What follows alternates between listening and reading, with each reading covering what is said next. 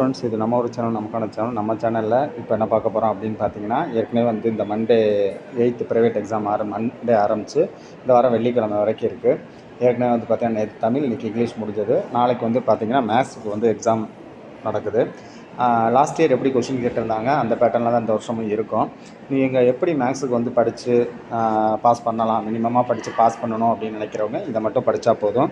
நீங்கள் வந்து பார்த்திங்கன்னா லாஸ்ட் டைம் கேட்டதில் சூஸ் த கரெக்ட் ஆன்சர், ஒரு 15 கொஸ்டின் பார்த்தீங்கன்னா choose the correct answer one word தான்.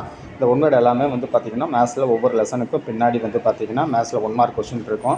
அந்த 1 மார்க்கை படித்தாலே போதும். 15 1 மார்க் வந்து பார்த்திங்கன்னா சூஸ் த கரெக்ட் ஆன்சர், சரியான விடை தேர்ந்தெடுத்தது ஒரு 15 இருக்குது.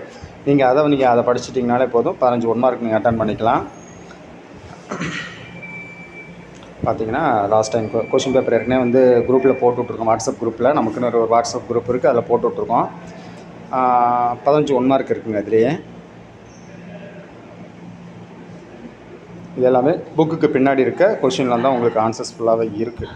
இந்த 15 1 வேர்டு வந்து பார்த்திங்கன்னா புக் பேக் பின்னாடி இருக்கிறத நீங்கள் எடுத்துக்கலாம்.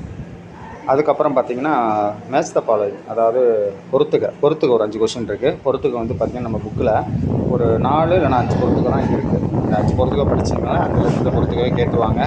அதுக்கு ரெலவெண்ட்டாக தான் கொஷின்ட்டே இருக்கும். ஸோ நீங்கள் அந்த பொறுத்துக்க படிச்சிட்டிங்கன்னா மொத்தம் 20, அதாவது 20 மார்க் வந்து பார்த்திங்கன்னா நீங்கள் வெறும் 1 மார்க் கொஷினே நீங்கள் படிக்காமல் ஜஸ்ட்டு வந்து நீங்கள் என்ன பண்ணிக்கலாம், இருக்கிறத எடுத்து கரெக்டாக எழுதினாலே போதும், 20 மார்க் எடுத்துடலாம். அதுக்கப்புறம் பார்த்திங்கன்னா கடைசியாக உங்களுக்கு கிராஃப் ஜாமெண்ட்ரி இருக்குது.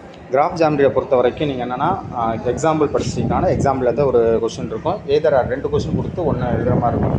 கிராஃபாக இருக்கட்டும், ஜாமெண்ட்ரியாக இருக்கட்டும், எக்ஸாம்பிளில் 1 இருக்கும், எக்ஸசைஸில் 1 இருக்கும். அதனால் நீங்கள் எடுத்துக்காட்டு மட்டும் நீங்கள் கரெக்டாக படித்தா கூட போதும். கிராஃப் கொஞ்சம் ஈஸியாக இருக்கும். அதனால் கிராஃப் வந்து நீங்கள் அட்டன் பண்ணிங்கனாலே 10 மார்க் இருக்குது கரெக்டாக கிராஃபில்.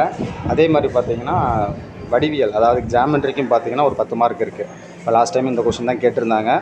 ஸோ நீங்கள் என்ன கிராஃப் இருக்கோ அந்த கிராஃபில் வந்து எடுத்துக்காட்டில் என்ன இருக்கோ அந்த கிராஃப் மட்டும் படிச்சுட்டு போனாலே கண்டிப்பாக என்ன பண்ணிக்கலாம் அப்படின்னா நீங்கள் ஒரு கிராஃப் அட்டன் பண்ணிக்கலாம். 10 மார்க் இருக்குது. அதேமாரி